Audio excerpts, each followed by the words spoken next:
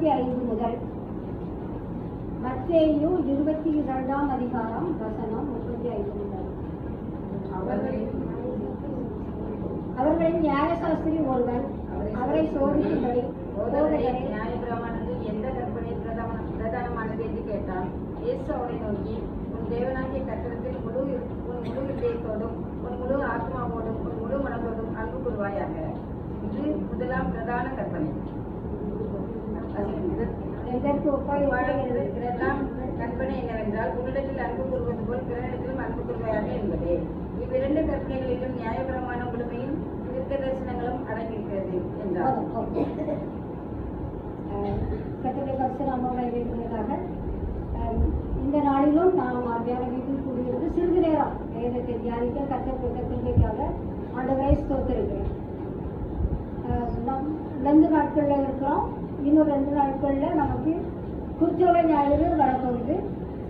அதை தொடர்ந்து நம்ம பெரிய வாரத்தை ஆசரிக்க இருக்கிறோம். பெரிய வாரத்தில் இருபதோடு நமக்கு நல்ல பிரசங்கங்கள் இருக்குது.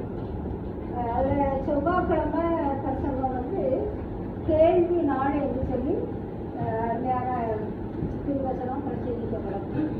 அந்த கேள்வி நாளில் இயேசுவிடம் பரிசேயர் சதுசேயர் வேதபாரகர் அநேக கேள்விகளை கேட்டனர்.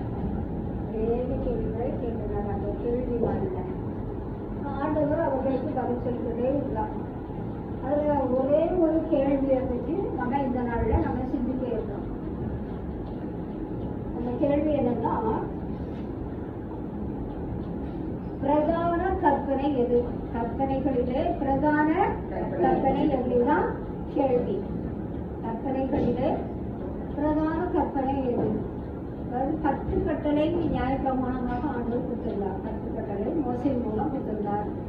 இப்போ எப்பொழுதுமே இந்த வேத காலத்திற்கு ஒரு வியாக்கியானம் எப்படின்னா, அந்த 10ல பெரிய கற்பனை எது அல்லது எப்பவுமே அவங்க ஒருத்தர் விவாதிப்பாங்களாம். இப்போ அதை நேராக வந்து ஆண்டவரிடத்துல கேட்டாங்க. கேட்பது யார் அப்படின்னு நம்ம பார்க்கும்போது 35ஆம் வசனத்துல இருக்குது. அவர்களில் நியாயசாஸ்திரி ஒருவன் அவரை சோதிக்கும்படி கேட்டான். அவனை கேட்க சொல்லி சொன்னது அதுக்கு முந்தின வசனத்துல இருக்குது. அவர் சதுசேயரை வாயடைத்தார் என்று பரிசேயர் கேள்விப்பட்டு அவருக்கு கூடி வந்தார்கள். அந்த கூடி வந்தவர்கள்ல ஒருவர் தான் அந்த நியாயசாஸ்திரி.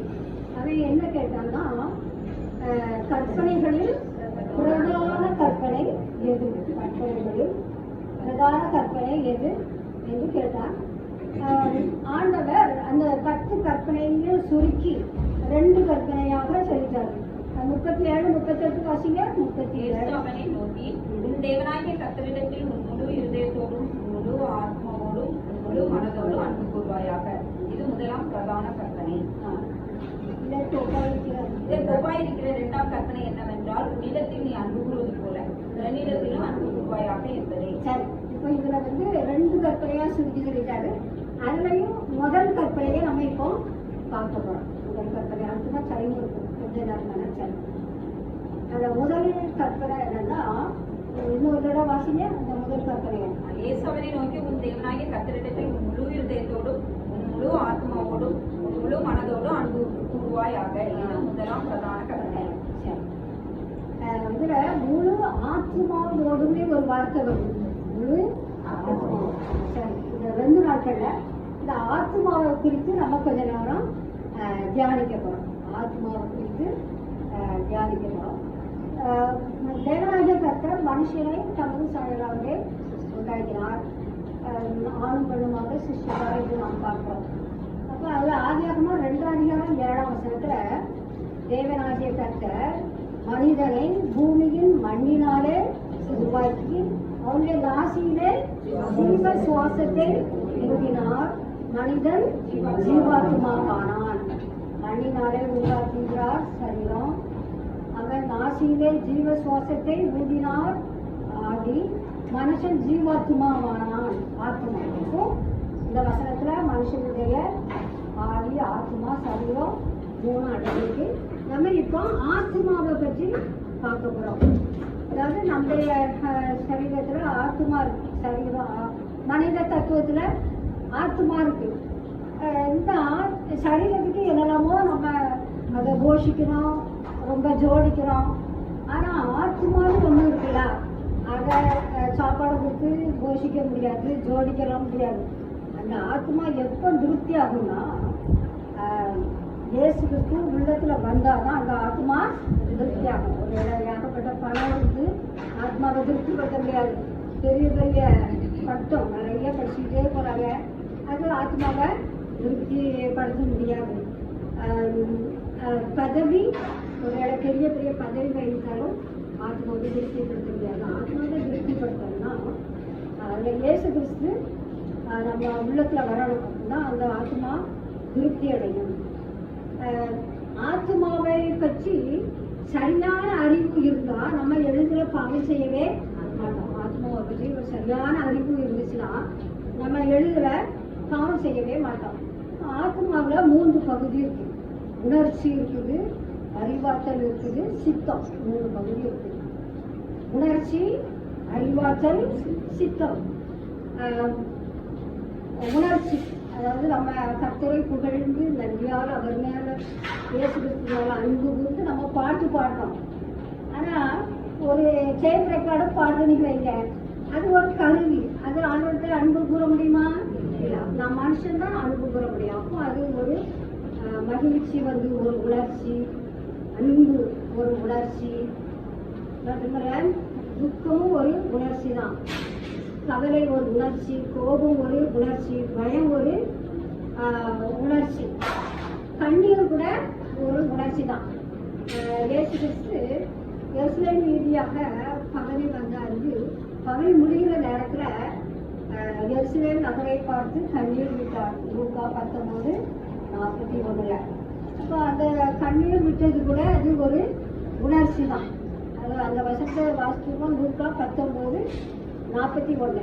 லூக்கா 19:41. அவன் சமீபமாய் வந்தபோது நகரத்தை பார்த்து அதற்காக கண்ணீர் விட்டது. அப்போ அந்த எருசலேம் நகரத்துக்கு பின்னால நடக்க போகிற அழிவு ஆண்டவருக்கு இப்பவுமே தெரியுது. அதனாலதான் எருசலேம் நகருக்காக அவர் கண்ணீர் விட்டு அழுதார் என்று பார்ப்போம். இது இயேசு கிறிஸ்துக்கு வந்து அந்த உணர்ச்சியில கண்ணீர் வருது. அதே போல லாசரு மரித்த போது இயேசு கண்ணீர் விட்டார் என்று நம்ம பார்ப்போம். அதே போல அறிவாற்றலே ஒரு பகுதியும் நம்ம ஆத்மாவில் இருக்குது. அறிவாற்றலே ஒரு பகுதி ஆத்மாவில் இருக்குது. நம்ம இப்போ நியாயசாஸ்திரி கேள்வி கேட்டாலும் அந்த கேள்வி வந்து அவன் ஆவிக்குரிய ஜீவிதத்தில் வளர்ச்சி அடைகிறதுக்கு கேட்கல. அருமையாக சொல்லியிருக்கு 35ஆம் வசனத்தில், அவர்கள் நியாயசாஸ்திரி ஒருவன் அவரை சோதிக்கும்படி தான் என்ன செஞ்சான், கேள்வி கேட்டான். அதே போல் நீங்கள் 22:15 பாருங்க.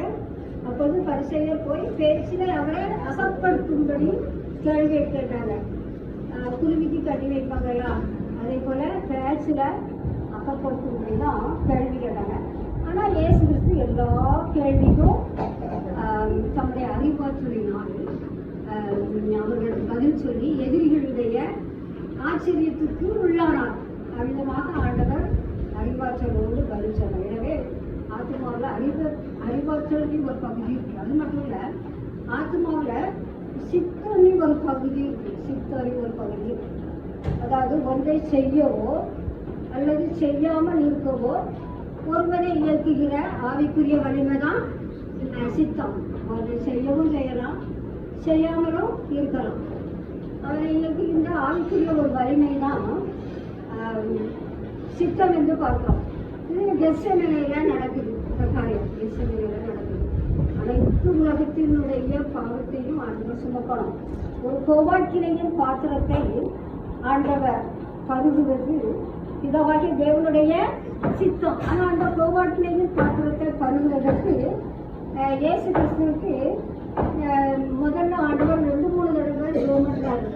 ஆண்டவரே, இந்த பாத்திரம் என்னை குறித்து ஆனாலும் என்னுடைய சித்தத்தின்படி அல்ல, பிதாவின் சித்தத்திற்கு கடைசியில இயேசு கிறிஸ்து ஒப்பு கொடுத்தார். மார்க் 14:35 36 வாசிப்போம். மார்க் 14:35 36. மார்க் 14:35 36. சற்று அப்புறம் போய் தரையிலே விழுந்து அந்த வேலை தம்மை விட்டு நீங்கி போகக்கூடுமானால் அது நீங்க வேண்டும் என்று வேண்டிக் கொண்டு, அப்பா பிதாவே எல்லாம் உம்மாலே கூடும், இந்த பாத்திரத்தை என்னிடத்திலிருந்து எடுத்து போடும், ஆகிலும் என் சித்தத்தின்படி அல்ல உம்முடைய சித்தத்தின்படி ஆக கடவுள் என்றார். அப்படியே ஆண்டவர் வந்து உம்முடைய சித்தத்தின்படி ஆக கடவுள் என்று தன்னை அர்ப்பணித்தார். இயேசு கிறிஸ்துடைய வாழ்க்கையில் கூட அவர் 100% கடவுளாக இருந்தாலும் 100% மனிதனாக இந்த உலகத்தில் வாழ்ந்தார். அதனால அவருடைய ஆத்மாவிலையும் முதல்ல உணர்ச்சி இருந்துச்சு, ஆனால் கண்ணீர் விட்டாரை பார்க்குறோம், அறிவாற்றல் இருந்துச்சு. பரிசேயர் சதுசேயர் வேதபாரர்களுடைய கேள்விகளுக்கு மிகவும் தெளிவாக பதில் கொடுத்தார். மட்டுமல்ல சித்தம், பிதாவின் சித்தத்தை செய்தார் என்று நம்ம பார்க்கிறோம். அதான் இப்போ அப்படியே நம்முடைய வாழ்க்கைக்கு கொண்டு வரப்போம். அந்த உணர்ச்சியில எல்லா உணர்ச்சியும் பார்க்க டைம் இல்லாட்டாலும் நான் அந்த கவலை அந்த ஒரு உணர்ச்சியை மட்டும் இப்போ உங்கள் மத்தியிலே சொல்லிட்டு நான் என்னுடைய செய்தியை நிறைவு செய்ய விரும்புகிறேன். உணர்ச்சியில மகிழ்ச்சி இருக்கு, அன்பு இருக்கு, துக்கம் இருக்கு, கோபம் இருக்கு, பயம் இருக்கு, அப்படிலாம் நம்ம பார்த்தோம். அதே போல கவலையும் ஒரு உணர்ச்சி தான். கவலை ஒரு உணர்ச்சி. ஒரு தீக்குச்சை நீங்க பற்ற வைக்கீங்கன்னு வைப்போம், அது கொஞ்ச நேரம் எழுதிச்சு அப்படியே நின்றோம். சின்ன பிள்ளைகளுடைய கவலை அப்படிதான் இருக்கும். ஒருவேளை அது மாற்றுக்கு ஒரு நாள் படிச்சு எழுதிட்டுனா கவலைப்படும், அதோட விளையாட ஓடிடும். ஆனா ஒரு குத்து விளக்குல எண்ணெயை ஊற்றி நீங்க திரி போட்டு எரிய வைங்க, அது ஒரு நேரம் எழுதிட்டே இருக்கும். பெரியவர்களுடைய கவலை அதே போலதான். நம்ம மட்டும் கவலை போகவே போகாது, கவலைப்பட்டுக்கிட்டே இருப்போம். அப்படியே 100 மணி நேரம் கவலைப்பட்டுக்கிட்டே இருக்கீங்கன்னு வைங்க, கவலை நம்மளை விட்டு போகுமா? போகவே போகாது. நம்முடைய ஒரு நாள் வேலையை அதை செய்ய விடாம கவலை கொஞ்சம் போடும், அதுதான். அதனால நம்மள கவலைப்பட்டு இருக்கிறதுல பிரயோஜனமே இல்லை. அப்போ இந்த உணர்ச்சியை, இந்த கவலையாகிய உணர்ச்சியை நம்ம கவலைப்படாம இருக்கிறதுக்கு என்ன செய்யணும்னா, வேதகத்துல கவலைக்குரிய கவலைப்படாதே என்று சொல்லியிருக்கிற வார்த்தைகளை நம்ம முதல்ல என்ன செய்யணும், வேத வசனங்களை கண்டுபிடிக்கணும். எங்கெல்லாம் கவலைப்படாதேன்னு இருக்குதோ அந்த வேத வசனத்தை நம்ம முதல் கண்டுபிடிக்கணும். எல்லாருக்கும் தெரிஞ்ச வசனம் தான். நீங்கள் ஒன்றுக்கும் கவலைப்படாமல் எல்லாவற்றையும் குறித்து நாளும் தேவனுக்கு தெரியப்பட்டுங்கள். அப்பொழுது எல்லாவற்றுக்கு மேலான தேவ சமாதானம் எதைகளையும் சிந்தைகளை கிறிஸ்தியசுக்களாக காத்துக்கொள்ளும். அதே போல 1 பேதுரு 5:7 வசனம், அவர் உங்களை வைத்துவிடுங்கள். மத்தேயு 6:34 நாளைக்காக கவலைப்படாதீர்கள், நாளைக்காக கவலைப்படாதீர்கள்.